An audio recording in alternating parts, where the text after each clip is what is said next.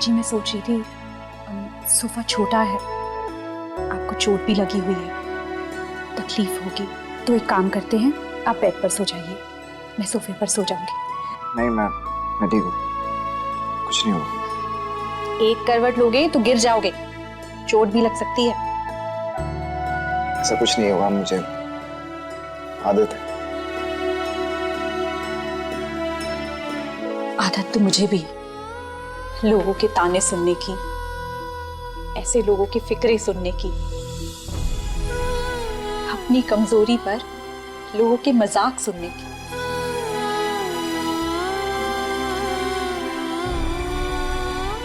मुझे गलत मत समझिएगा, आपने जो मेरे लिए किया आज तक किसी ने नहीं किया। पर आप किस किस से लड़ेंगे, किस किस का मुंह बंद करवाएंगे? किसी को लंगड़ाते देख आधी दुनिया हंसती है और आधी दुनिया अफसोस करती है। और वैसे भी किसी के कुछ कहने से मेरी कमजोरी बढ़ थोड़ी जाएगी, उतनी ही तो रहेगी। दीदी, तुम में कोई कमी?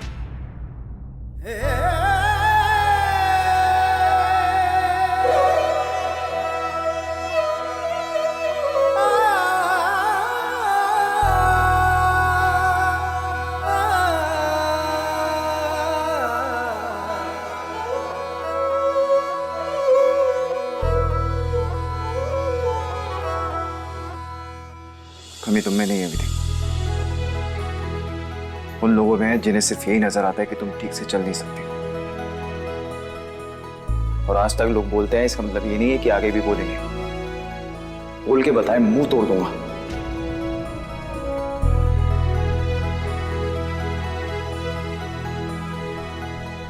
मेरे फ्रेंड के बारे में कोई कुछ नहीं बोल सकता, सिंपल, बस।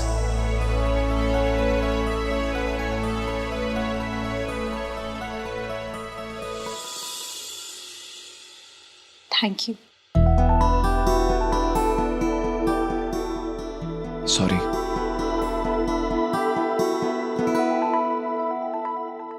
अजीब दोस्ती है ना, सॉरी भी है और थैंक यू भी। अलग टाइप की है।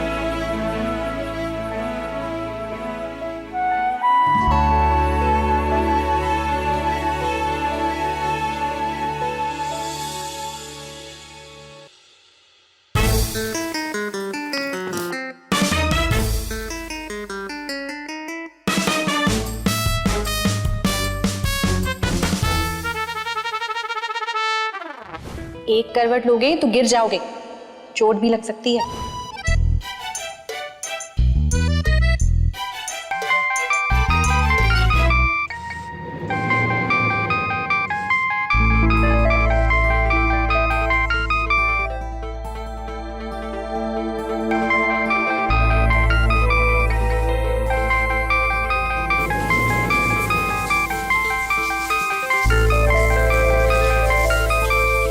विधि,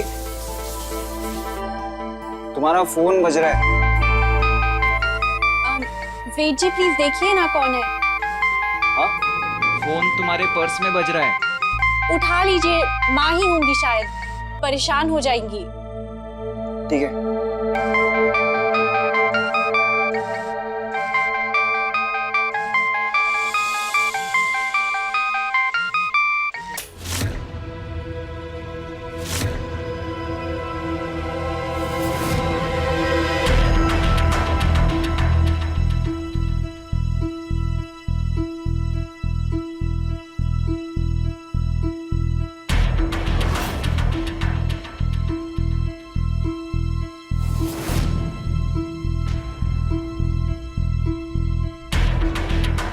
छोटे छोटे घुंघरू तुम्हारे हाथों में बजेंगे।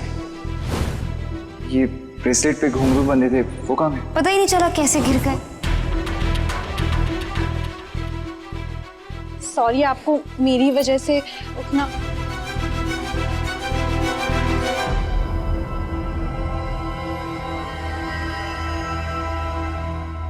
भाई ने तो कहा था कि ये घुंघरू गुम गए, फिर ये तुम्हारे पास।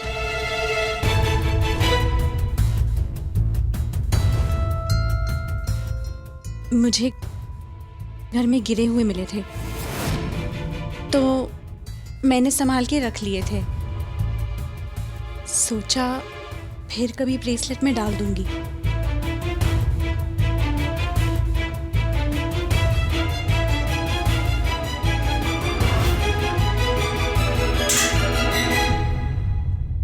कोई जरूरत नहीं इसे संभाल के रखने की।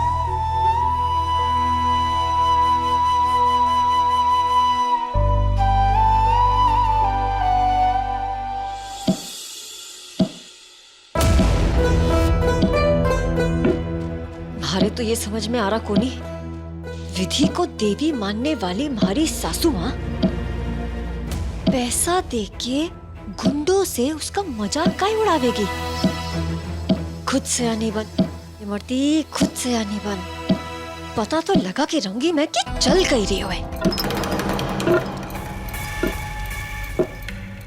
अरे इतनी मेहनत क्यों? खाली मुसल कूटे जा रहे हो भाभी। नाटक करना ही था तो कम से कम साबुत मसाले तो डालने थे अंदर। वैसे एक बात बताओ, ये अकेले अकेले में क्या बड़बड़ा रही थी? कुछ बात है क्या? तो जरा जोर से ही बोल दो, मैं भी सुन लूंगी। दिव्या, तुम्हारी मुसीबत की दिव्या, तू अपनी फिक्र कर, भारी मत कर। तू ये सोच कि अगर माजी सा ने सारी जायदाद उस विधि के नाम कर दी तो तू और लखन भैया कहीं आ जाओगे। उसकी फिक्र ना अब मत कीजिए भाभी। वो क्या है ना, कम से कम मेरे पति के मुंह में जबान तो है। सुंदर भैया की तरह थोड़ी ना कि मम्मी जी के सामने आते ही उनकी जबान एकदम बंद हो जाती है, बस मुंह लटका कर करते रहते। बकवास तो तू कर कोनी। भाभी बकवास नहीं करे, सच कह रही हूँ। अरे छोड़ू, जैसा कि दरवाजा खोल। आपके यहाँ सर्वेंट नहीं है, खुद जाइए, खुद जाकर दरवाजा खोल लीजिए। ऊपर काम और क्या सब नहीं करना पड़ता है।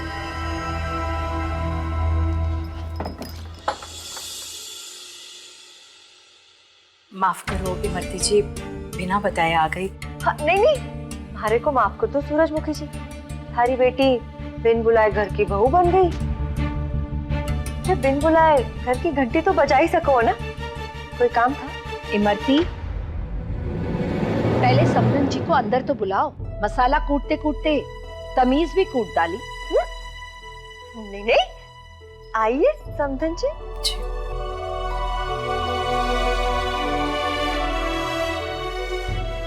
नमस्ते।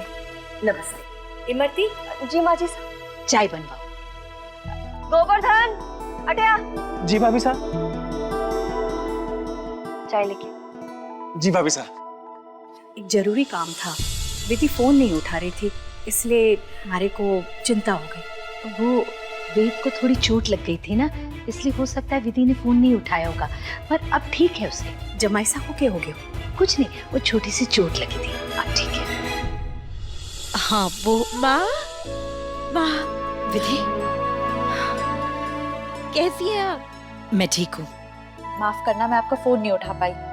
कोई नहीं, बहुत जरूरी काम था, इसलिए खुद आना पड़ा। काम तो आप ही से है समधन जी। जी कहिए। वो वेद जी और विधि की शादी बहुत अचानक से हो गई ना, तो कुंडली मिलाने का मौका ही ना मिले।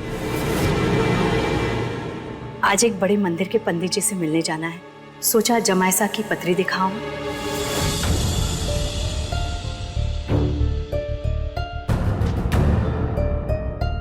क्या है ना, आगे अगर कोई विपत्ति आती है तो उसके निवारण के लिए कोई उपाय दे देंगे। बस उसी के लिए जमाईसा की एक कुंडली चाहिए हमसे।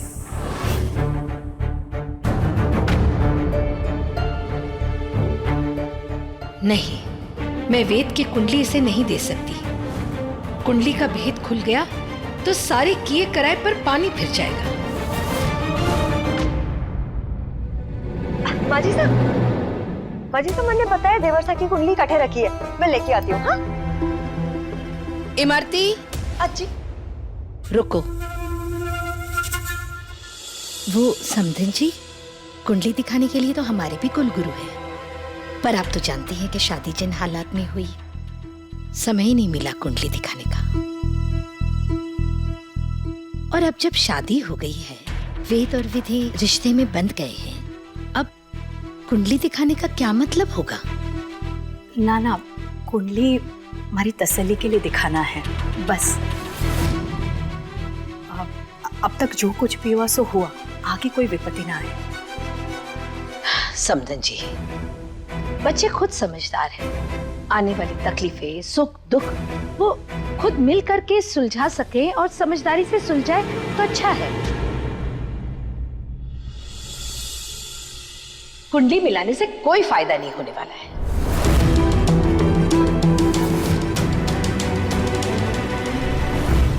समधन जी, आप नाराज मत होइए। हमारे को तो बस इतना पता है कि अगर मालूम है कि बारिश होवे है तो आदमी छाता लेकर निकलता है। आप मुझे गलत मत समझिए समधन जी। आप इस तरह से सोचिए कि हम कुंडली दिखवाकर बच्चों को बिना बात के आगे होने वाले कल के लिए डरा रहे हैं। जो होना है उसे हो जाने दीजिए।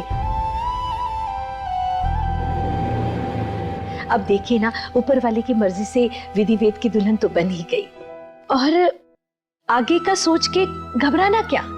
देखिए, आप हमेशा मुझे दोहे सुनाती है ना, आज मैं आपको सुनाती हूँ। तुलसी भरोसे राम के, निर्भय हो के सोए, अनहोनी होनी नहीं, होनी हो सो होए। फिर भी एक बार अगर कुंडली दिखा देते तो मन की शांति हो जाती। लेकिन कोई नहीं, आप जो कह रहे हो वो भी सही है। जो होनी है सो होवे। जी अच्छा, चलो जी। अच्छा, चलती हूँ लाडो, अपना ख्याल रखना, थोड़ी जल्दी में हूँ। रुकिए।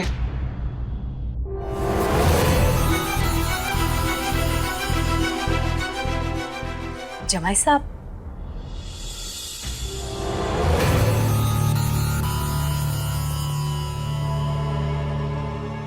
माँ,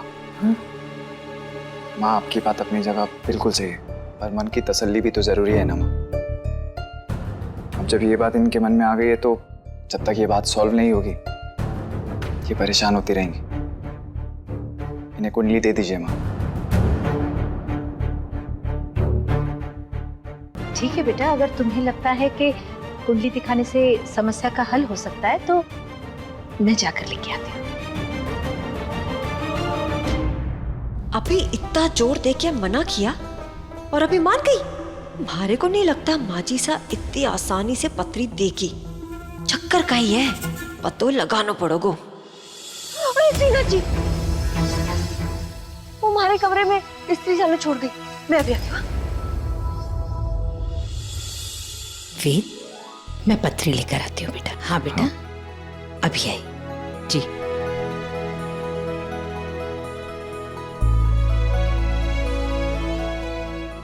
जीते रहो बेटा। ये क्या हुआ? बहुत मामूली सी चोट है, आप चिंता मत कीजिए। आपको कुंडली दिखवानी है, आप दिखवाइए अपने मन की तसल्ली के लिए। वैसे मैं इन सब में नहीं मानता, पर एक वादा चाहिए आपसे कि आप कुंडली को लेकर परेशान नहीं होंगे, भले ही उसमें कुछ भी लिखा हो। हाँ।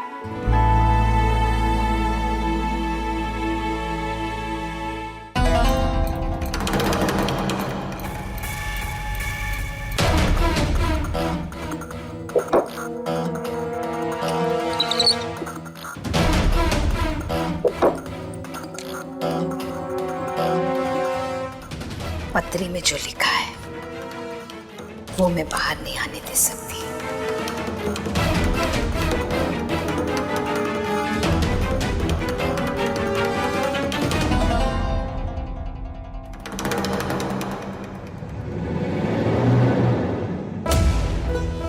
ये चल का ही रही है। हमारे तो कुछ समझ पड़े को नहीं। हम यहाँ के छुप तो गई पर पता ही चला कुछ को नहीं। माजी सा पत्री दे भी रही है और ये भी कह रही है कि पत्री में जो लिखा है वो बाहर नहीं आना चाहिए। माजरा कही है, समझ पड़े को नहीं। चलो ये लीजिए। धन्यवाद। गुरुजी कौन है? वो गोकरण जी श्रीनाथ जी के बड़े मंदिर के अहाते में बैठे हैं, बस यहाँ से वही जा रही हूँ। अच्छा, चलो। आइए, मैं आपको बाहर तक छोड़ देता हूँ।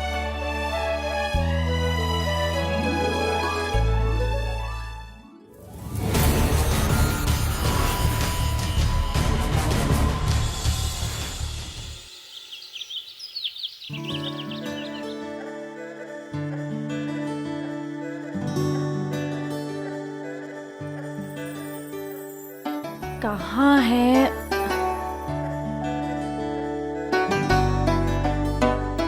कहाँ छुपा बैठा था? मिल गया। Congratulations, हमारा ये पाउच मिल गया। वैसे और कितने दिन का प्लान है इस बैग के साथ लुका छुपी खेलने का? ये घर है, होटल नहीं कि कपड़े बैग में ही रखे रहेंगे। रिश्ता ना सही, पर कबर्ड तो शेयर कर ही सकते। मैं आपको परेशान नहीं करना चाहती थी। मैं इतनी छोटी छोटी बातों से परेशान नहीं होता। अरे बहुत स्पेस है मेरे कबर्ड में।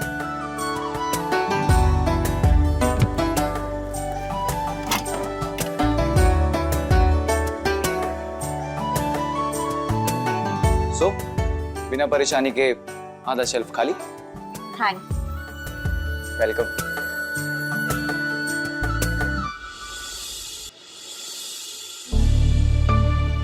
ऐसा कैसे हो सकता है? क्या हो गया पंडित जी? कैसा कैसे हो सकता है? कोई अड़चन तो कोनी? हाँ, कोई उपाय करवानो है, कोई पूजा करवानी है, मारे को बताओ, मैं करवा दूंगी। बस हमारी विधि की जिंदगी राजी खुशी बीते। 7 और 3 10 ही होते हैं ना? हाँ पंडित जी। दशम भाव को नियंत्रित करता है मकर राशि, और मकर राशि का स्वामी है शनि। आगे बोलिए ना, हमारे को घबराहट हो रही है। क्या हो गया? वेद की कुंडली के अनुसार ठीक 3 महीने बाद विधि के जीवन में क्या होगा पंडित जी? राजरानी योग आने वाला है। हे श्रीनाथ जी। बहुत ही प्रभावशाली है आपके जमाई की कुंडली। बहुत कम देखने को मिलती है ऐसी कुंडली। मैं तो ये कुंडली देखकर दंग रह गया। सच पंडित जी, थारे को ये कुंडली दिखाकर हमारे दिल का बोझ हल्का हो गया है। धन्यवाद।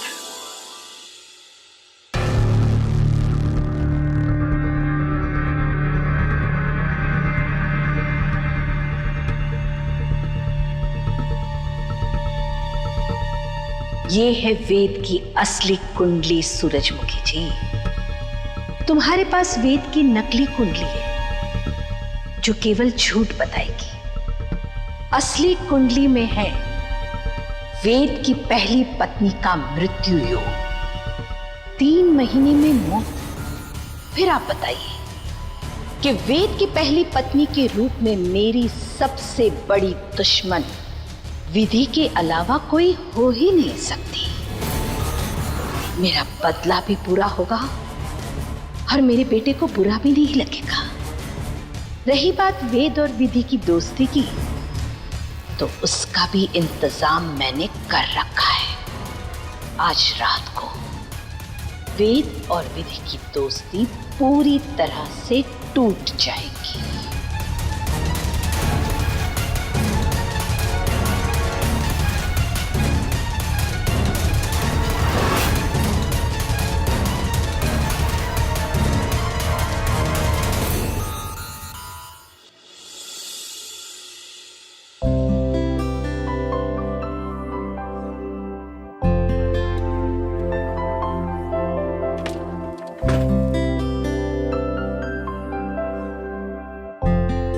चलो।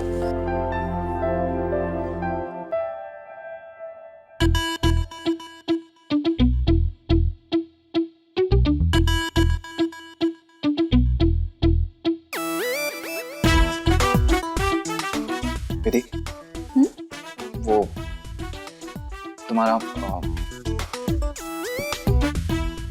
कुछ जरूरी सामान।